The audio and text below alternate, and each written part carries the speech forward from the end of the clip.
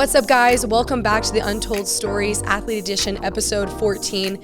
I'm your host, Briana Garcia, and this episode is going to be a little different. So usually I just have like a one-on-one conversation with another student athlete, but for this episode, I'm actually going to have 3 other student athletes that are on the track and field team, kind of like a panel.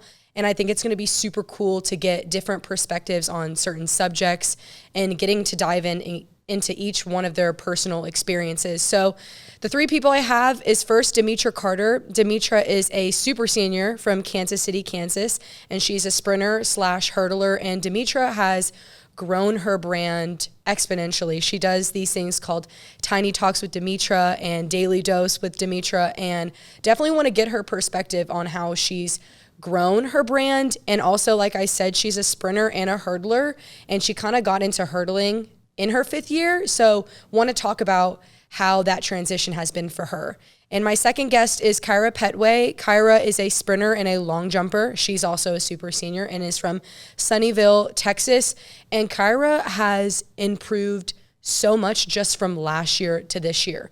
She ran the 200 meter last year with a 25.46, and this year she's ran a 23.5. And if you know track, running that much of a difference in a year in that event is crazy. So I definitely want to hear her perspective on, what changed after just a year that she's been in with track and field, and just kind of like her background going into college as well. And then for my last guest, we're going to have on Eli Morris. Eli is a junior from Jefferson, Georgia, and he's a hurdler as well. And he does both the 110 hurdles and the 400 meter hurdles, very 2 different races. So kind of want to get his feedback on how he's been able to transition and learn different techniques with those 2 races and dive into deeper things as well. Alrighty, guys, so I'm going to go kind of into the first question. I think just to get things rolling, I want to kind of talk about how y'all got into track and field. Yeah, so I didn't do any sports when I was in middle school or anything. My family was very music oriented. So I grew up playing instruments, know how to play 5 instruments, fun fact of the day. So that's what my family did. Sports was not a thing. We enjoyed watching sports, we didn't do sports. So they enrolled me in YMCA sports just because to have things to do. And then I did track 8th grade year or 9th grade of high school, and I won. And I said, this is kind of fun, So I kept doing it, and then ended up walking on the Baylor track team, and here we are. I absolutely love it now. That's awesome. Yeah. What about you, Eli? For me, I feel like I'm kind of the opposite. I don't know how to play any instruments. I always grew up playing sports, so I did soccer, baseball, and some of those might have been for a year, and I did basketball up until about 7th grade, and I started doing cross country, and then I quit basketball and started doing track in 8th grade. And coming off of cross country, I was a distance runner, so my coaches were like, all right, so you want to run the 1600 and the 2 mile? And I was like, no. I was like, hurdles look fun, and so I kind of just went with that and ran with it, and then I started getting serious about it. My sophomore year still wasn't that good, but then I started developing faster times over my junior and senior year, and then I got offered by Baylor, so now I'm here. Yeah, no, I think that is super cool for both of y'all's perspectives to kind of be different. I think for me, I started track at such a young age, and then my dad was so worried that I would get tired of it really quickly, so I took a break from it and then got into it in junior high and high school, and then now I'm doing it. That's kind of how I felt, because I thought I wanted to run track at such a young age, after I'd already been in it, and I was like, what if I would have started younger? Would I have already been faster and know what I'm doing now? But I think it's safe to say that I'm happy with how it ended up and where I'm at. Yeah, and what about you, Caira? Yeah, so I started in competitive cheer when I was maybe 6 or 7. Also, I can play the recorder, so that's my one instrument, hot cross buns. But I started when I was 6 or 7, and then once we got to middle school, it was time to pick sports. So everyone was trying basketball and volleyball, and the only other option was track, and I was bad at both basketball and volleyball. So I had no choice but to pick track. And then I stayed in it from 7th, 8th grade throughout high school, and then walked on to Baylor's track team. So. Yeah, do y'all think track and field is something that you're kind of born with, a talent, or do you think it has to be something that you need to keep on working towards to get better? I think for some people, yes, but I think for me personally, it was always something I had to work more at, because I never started off as this fast, going to state in middle school type sprinter. I didn't make it to state till my sophomore year of high school. So. Yeah. Yeah, I think you can have like the natural ability, and I think some people are like just great and amazing. They don't have to work that hard, but I think hard work can get you a long ways. And sometimes it might not get you far enough, but I think hard work definitely plays like a big role in it. Yeah, and I think that's like a big difference between like high school track and then when you get to the collegiate level. Like so many people just have like raw talent, and then when they get to college, maybe that talent doesn't keep them going that far, and there's like more aspects that you have to get into. What do y'all think about that? I agree. I think like in high school, I didn't really like, do everything right. I used to eat pizza rolls for breakfast, and I got here Not for and then breakfast. yeah, I used to eat a lot. And then I got here and I was like, I can't eat as much. Like I was still doing okay, I guess, but to get better, to go to the next step, I had to do some things. Like I had to pay a little bit more attention to detail, and whether that's nutrition or like pushing myself on reps and things like that. So. Do you think that was like the biggest thing that you had to like overcome when getting into college, or were there other barriers as well? I think that's the biggest thing, is just adjusting to the workouts, like weight room. So in high school, we didn't really take weights that serious. So then when I got here, I was putting on like all this muscle and I had no idea what was going on. I was eating 20 grams of protein, like just doing what people told me. And then I was like, wait, I'm kind of heavy. So like it was kind of hard to navigate like nutrition and workouts and weights. So I think for me, it was like I got to college and I realized, oh, I'm at this next level, so I have to change what I'm doing. So in high school, I would go to Zaxby's with my friends after practice and get chicken fingers and just eat basically whatever I wanted. And sad joke, but people used to call me like the garbage disposal. Like if they had leftover food, they were going to give it to me. That's just something that people called me, like close family friends, just like obviously as a joke. But then when I got to college, I looked at all my teammates and I was like, wow. Just like looking at them, I was like, they have low body fat percentage. And I was just looking at myself and I was like, okay, I probably need to lose some weight. And so that was obviously not the case. Like everybody's body type is completely different. And so I looked at it as I have to get skinnier to run faster. And I ended up dropping like 10 pounds when COVID hit. And I think like everybody would look at me and they were like, Eli, you're so skinny. And I was like, well, I feel great. I've just been eating less. And so that's just something that I had to adjust to. But now I'm like I eat basically whatever I want again, like I was in high school. Times are still dropping, and I'm very happy with like how I've adjusted over my college experience with like nutrition and health and everything. Yeah. What about you, Demitra? Is there any like barrier that you kind of had to overcome between like high school and college that you didn't really expect? Yeah, I would say not even like athlete related, but I'm 9 hours away from home. So I had to adjust to not being able to like see my parents, see my sister, just see family all the time and just kind of figure life out. Yeah, him too. So I would say that's my biggest adjustment. Then with that comes with like, I don't come home, my mom didn't cook dinner. I have to go figure out, okay, I should probably go eat now. So kind of those things, finding that routine in college. Freshman and first semester was trash for me. Did not find the routine, but after that first semester, I kind of figured out what I need to do. Not really change anything, but get back into like my normal routine that I did at home. Yeah. I think for me, because I went to a school in Florida, like going into college, that was something that was super hard for me as well, especially like unfortunately having someone to tell you what to do all the time and not just being like in my same routine. Like my mom was a stay-at-home mom, so I always had her like constantly like just telling me what to do.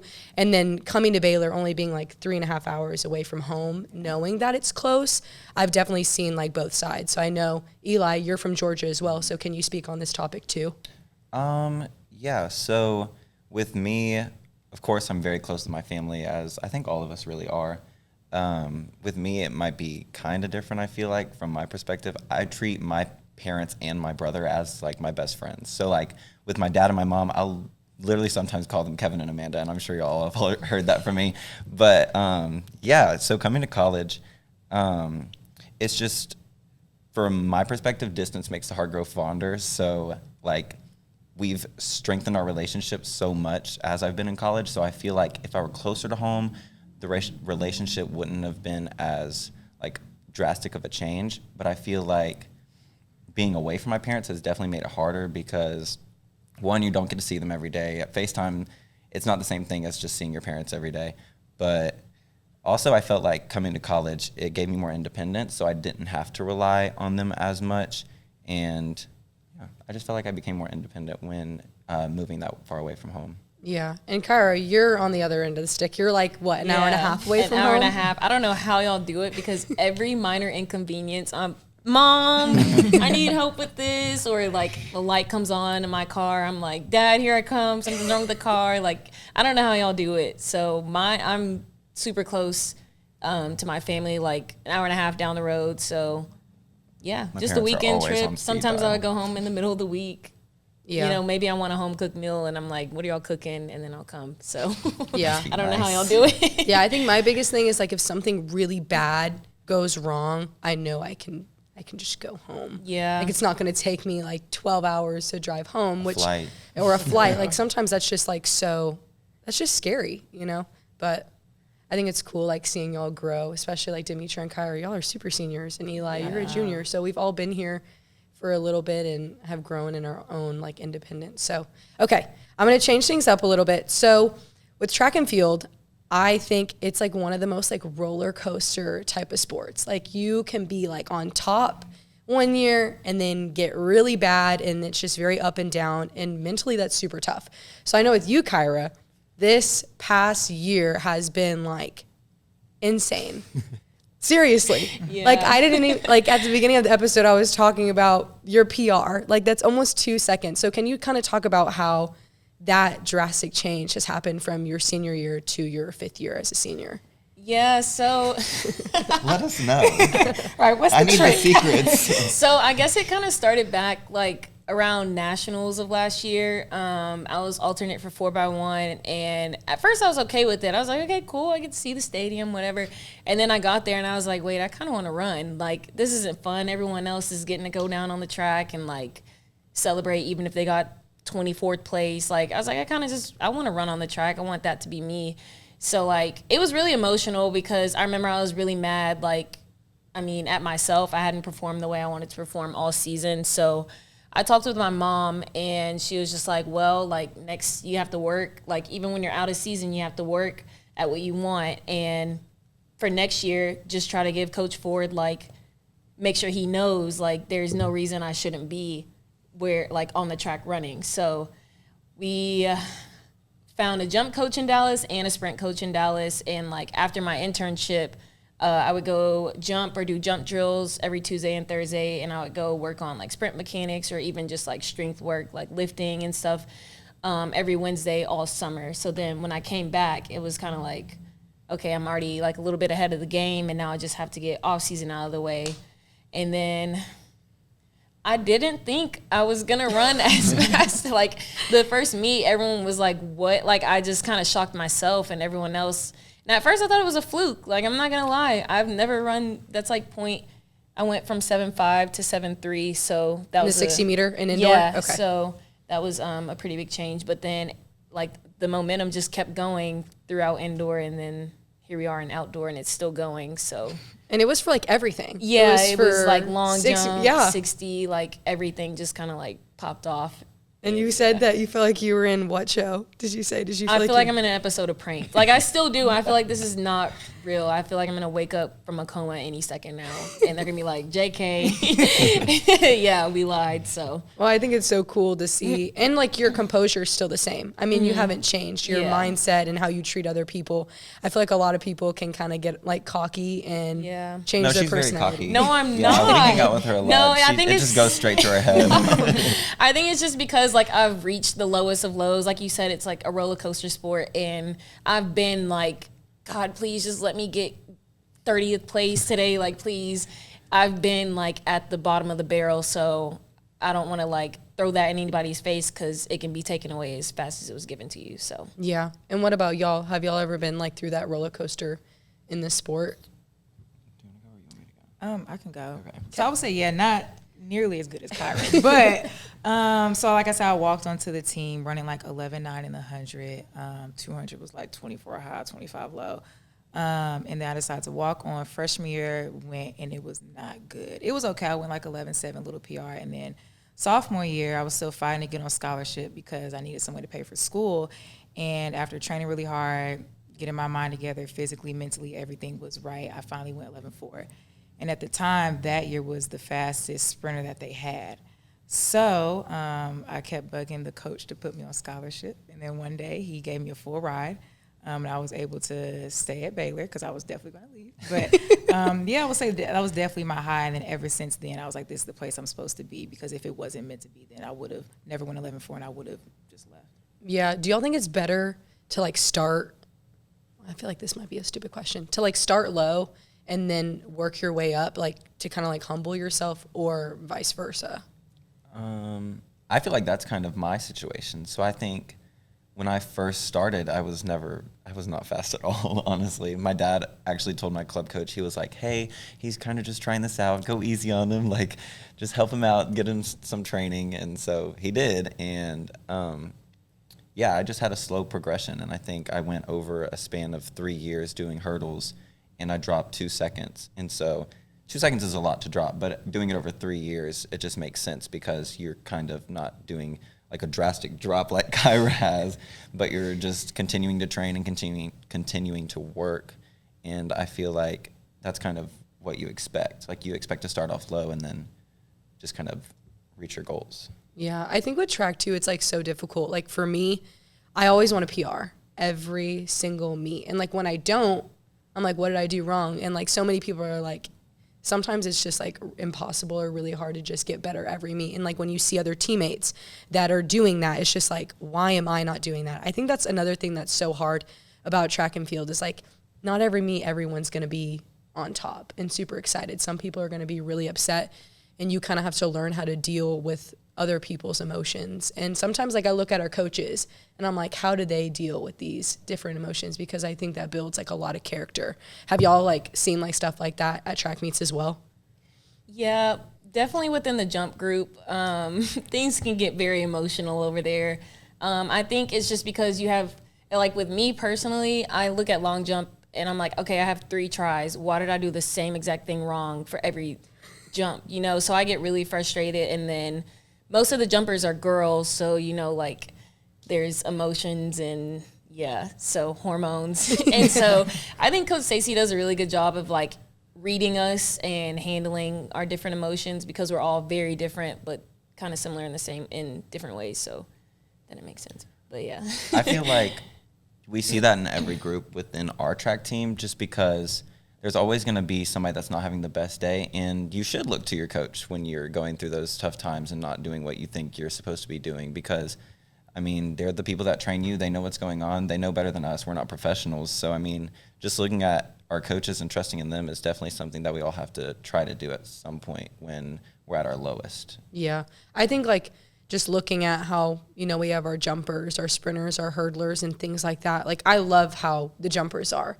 Like, if Koi's down, if one of your teammates is down, like, y'all are all there to go, like, pick her back up. And I think that is so, like, welcoming, and you get to feel comfortable in that way, because as a track and field athlete, you put so much pressure on yourself. So I think, like, that's something important that, like, all the other groups should, like, kind of replicate off of, because I love it. And, like, I can see how close y'all are, like, on and off the track. So I think that's great. But you have anything to add about it? Okay.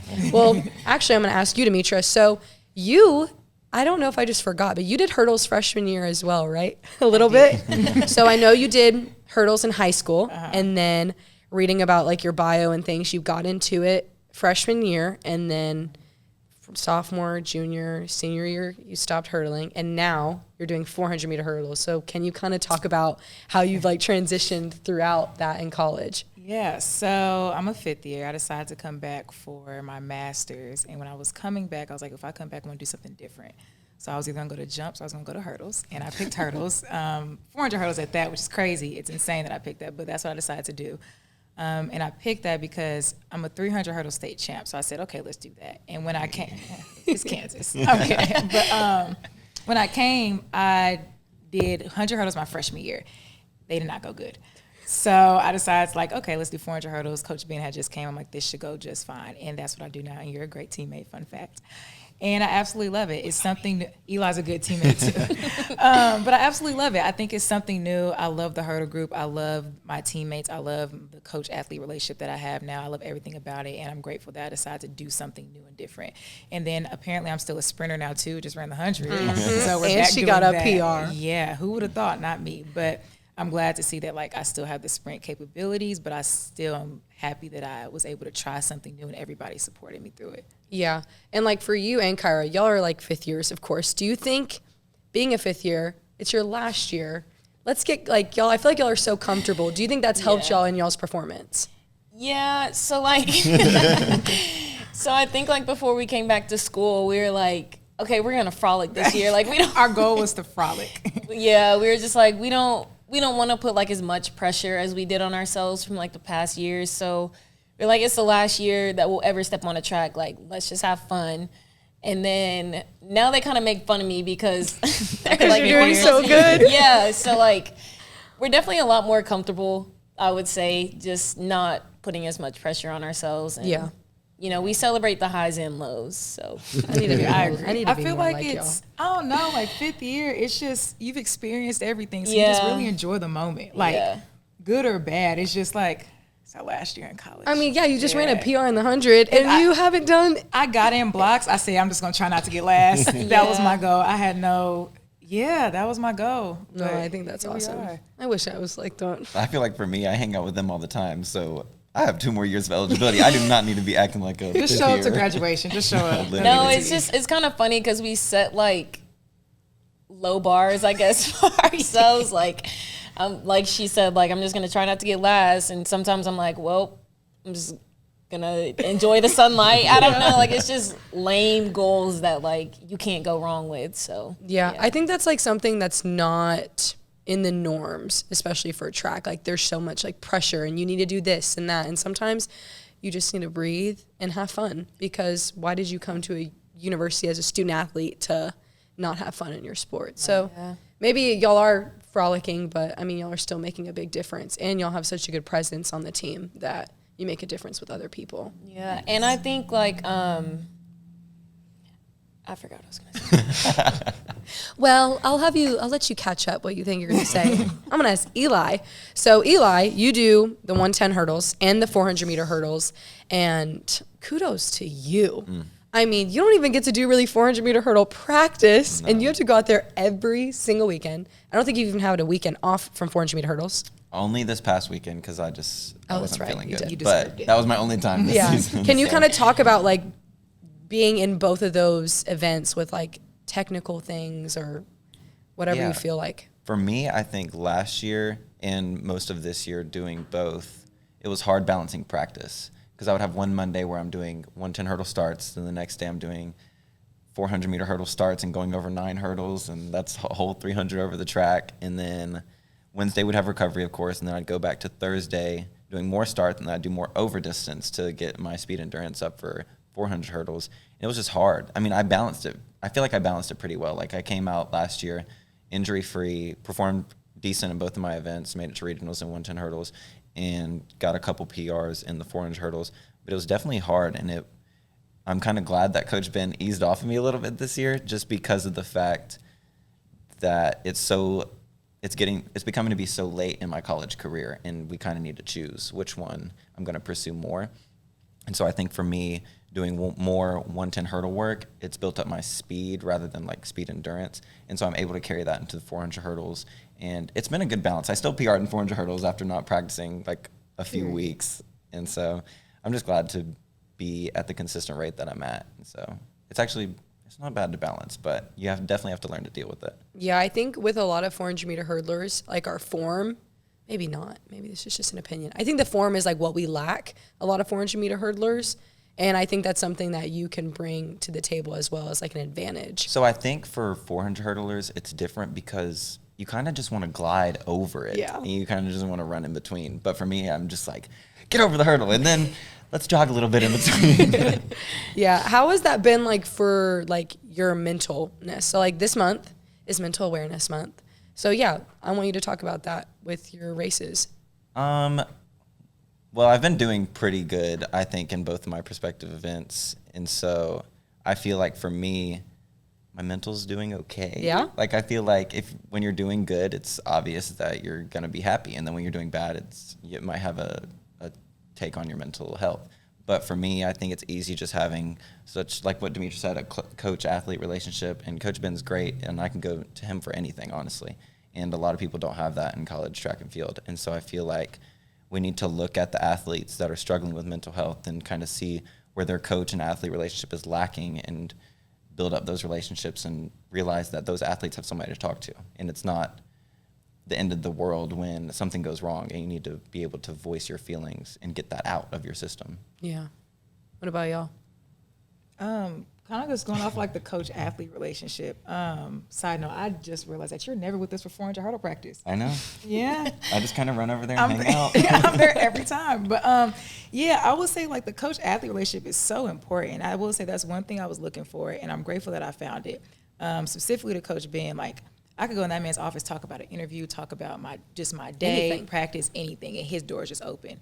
Yesterday, he had his dogs in his like office, and I was just happy. Yeah. We just happy, and we just happened to talk about track. Like it was like slid in there. But I think from like a mental health standpoint, I value not only coaches but people who are able to just like, I hate to say this, but like you're more than just an athlete. Like see, like okay, like you have other things going on. Like I love when people ask me like, Demitra, what are you gonna do after graduation? Like that makes me so happy. So I'm like, oh my God, I do more than just track, but. That stresses me out. Girl, I'm low-key stressed, but it's okay. Yeah. What about you, Caira? I don't know. I agree. That was very well said. I agree with both, like bits and pieces of both, because we have such a large team. So, I mean, it's kind of hard for all 50 of us to notice, like, when one person is, like, maybe not in the best headspace. So I definitely think that's where our coaches come into play and, like, close friend groups. But, yeah, I agree. Yeah, I think just especially seeing a lot of student athletes that have taken their life, especially like I think this past like 2 months, there's been two student athletes, and it's so crazy because sometimes like we think that, or something like I think that like are the people that are working with mental health are doing a lot, like even just checking up on us and things like that. But there's so much more that like coaches and other teammates can do, and it's just crazy and it's really sad. And I hope that it can get better one day, and it's really important to talk about it even with other people just to get comfortable about the topic. And I'm glad that y'all have good relationships with your coaches and with each other. I know y'all are all really good friends.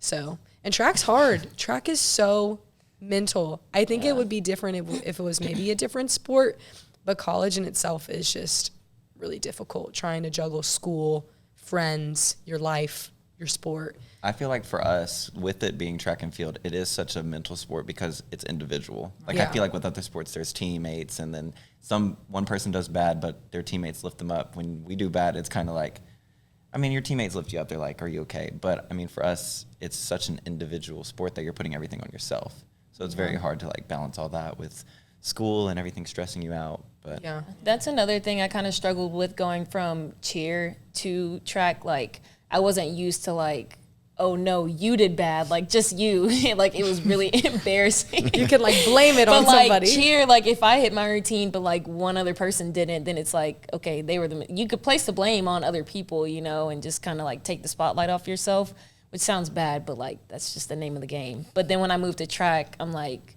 nope, that's my name next to that mark. So, yeah, I was the same way. Like with volleyball, if we lost a game, yes, there were sometimes I would play bad, but I can always be like, oh, like Patricia over here, like didn't do her job. So like I would be upset about a loss, but I would get over it the next day. I think with like track, if I do bad in a meet, it will literally carry on until I do good again. Like it's not, and it will always be in the back of my head. Even if I have a good practice, I'm like, yes, I have a good practice, but I still didn't compete well that last weekend. So definitely, I think individual sports are just a whole different ball game. that actually made me think of, so when I did bad at that TCU meet, and then I had like a terrible practice the next day, and I broke down in Coach Ben's office, and you had to come check on me. That kind of made me think of that because we just carry like such bad races with us. But then I ended up doing okay in the next couple meets. So. I think it's so important, at least for me, like to show emotion. Like I'm never going to be the type of person that's like, I'm not going to cry. Like I'm not going to hold it in. I know you like to hold it in. And I think that's another thing that's important is just to know that you can be comfortable around people, just to laugh, cry, get really mad. But yeah, mental health. Yeah, it's crazy. I was gonna say at the the Michael Johnson meet, I didn't jump good. I didn't make finals, so I got in my car and went home because I was so embarrassed, and like it was just like lingering. I was like, dang, like I really had a bad day today. and people kept asking about Didn't they also like come up to you and was like, why didn't you jump in finals? Yeah, they were like, you only took 3 jumps. I was like, I didn't make finals. Sorry. But yeah, like, I think I just wanted to like hold it in and like not, because at the end of the day, it wasn't a big deal, but it was just like lingering in the back of my head until like I ran good the next day. Then I was like, okay, maybe I'm not like bad. Yeah, So. but that's so frustrating that people already have this like perspective on you. Like, you know, like if, I mean, I've talked about this with other track athletes that are like at like the best in our program. And it's like, people always think I'm going to like perform my best every single track meet. And like having that pressure on yourself is so difficult. And sometimes that's like what's nice about not being that great on the team is like, you don't really have pressure from other people. That when I see people that are doing good all the time, like people asking you, where were you in the finals? Like, I had a bad day. Yeah. I'm a human being. So like even just you getting in your car and going home, if that's what works best for you, then people should respect that. So, but look, and you turned around and I agree. did so good. Okay, so that was such a touchy subject. My last subject that I want to talk about, I'm so weird. So I posted about the panel on Sikkim 365, and one of the things that people were asking me to talk about was kind of like our views on name, image, and likeness. And I know like Demitra is our person on the track team that has like grown your brand and things like that. So can you kind of talk about how your perspective of name, image, and likeness has changed when you're able to get paid for it? So fun fact, I know that bylaw all too well because I got suspended for it like 2 years ago. So I know like the back of my hand. And I've always been doing research because I want to become an agent. Why'd you get suspended? What was it for? Let's not talk about that. But I'm so happy that they passed it. But essentially, I want to become an agent on the marketing side and the contract side. So I've been waiting for this bylaw to pass. And I knew it was on the table. And then I found the dates for all the states. And I was like, okay, cool. It's finally on the table. And that's when I decided to start building my brand. And that's kind of when Tiny Talks on the Track came into play because I was like, how am I going to find my niche, find my audience, and gain these followers in order to get insights, in order to get paid. But I had to find something that I loved. So I found Tiny Talks on the Track. Absolutely love it. You should check it out if you don't already know what it is. But that's what I started to do. And then from there, I reached out to brands. Brands reached out to me. And I just kind of found what I like to do when it comes to working with brands. So I'm not a fan of like using codes. I don't know why. I just don't like, I'm not putting your link in my bio, but I really enjoy working with like skincare brands. So I use Ula Human Skin, as you know, and did a couple deals with them, but just reaching out with brands that I love. But I started off with building my brand, building my platform. So they know if you pay me, this is the brand that you're getting. It's not anywhere like in between, like, you know exactly what it is. And I would say it's pretty successful. Gained a bunch of followers, gained a bunch of, I don't know, not even fans, like, it's like a little community. Like, like people at track meets will come up to you and they know exactly who you are. And I love it. They just call me Tiny Talks. I don't know what I'm going to do when I graduate. But, yeah, I would say definitely building a brand and then working with brands that I love just works out. Yeah. What about y'all? Yeah, I DM'd M&M's chocolate on Instagram. They haven't responded yet. I think they're just busy. But they'll get back to me soon, and then I'll have some updates. Yeah. Well, being the creative producer of Tiny Talks on the Track. You see it. No, I think it's helpful just to know, like, we have that option if we ever need it. Like, if you're not on full scholarship, you could honestly be a very attractive person and have a great social media presence, and you can get those NIL deals and be able to build your brand even if you're not performing like the top athletes are. Like, you have something to fall back on if you're one of those athletes that are social media, have great social media presence and are able to produce content and everything like that. So I think it's nice. Yeah, no, I agree. I think that's like one big thing that a lot of people that wanted the NIL deals was maybe people that aren't on full scholarships or things like that, just to, like you said, fall back on, you know, building their brand and things like that. So I like it. I wouldn't be able to have my podcast if it wasn't for it, I'm pretty sure. Yay. So, but thank you guys. I think it was super cool to get completely different perspectives from y'all. And I actually learned more things about y'all in this podcast, and I hope people can hear y'all's stories. And the only person that's going to be here next year is Eli. Do not make me cry. Don't do it. Don't make me cry. Don't make Caira cry. She already cried in January. Don't Starbucks cry. at the airport. But I mean, I think we're done. Yeah, we don't have any more home track meets, but hopefully next year people can come out and watch Eli. We'll all be here for your senior recognition. Yeah. Yes, I will. Michael Johnson invitation. We will be be- screaming, And but we'll all be close friends, so Yeah, it's all always. only a FaceTime away. yeah. So guys, if y'all want to watch and listen to the Untold stories, you can go on YouTube, Spotify, or Apple Podcasts. Thank you.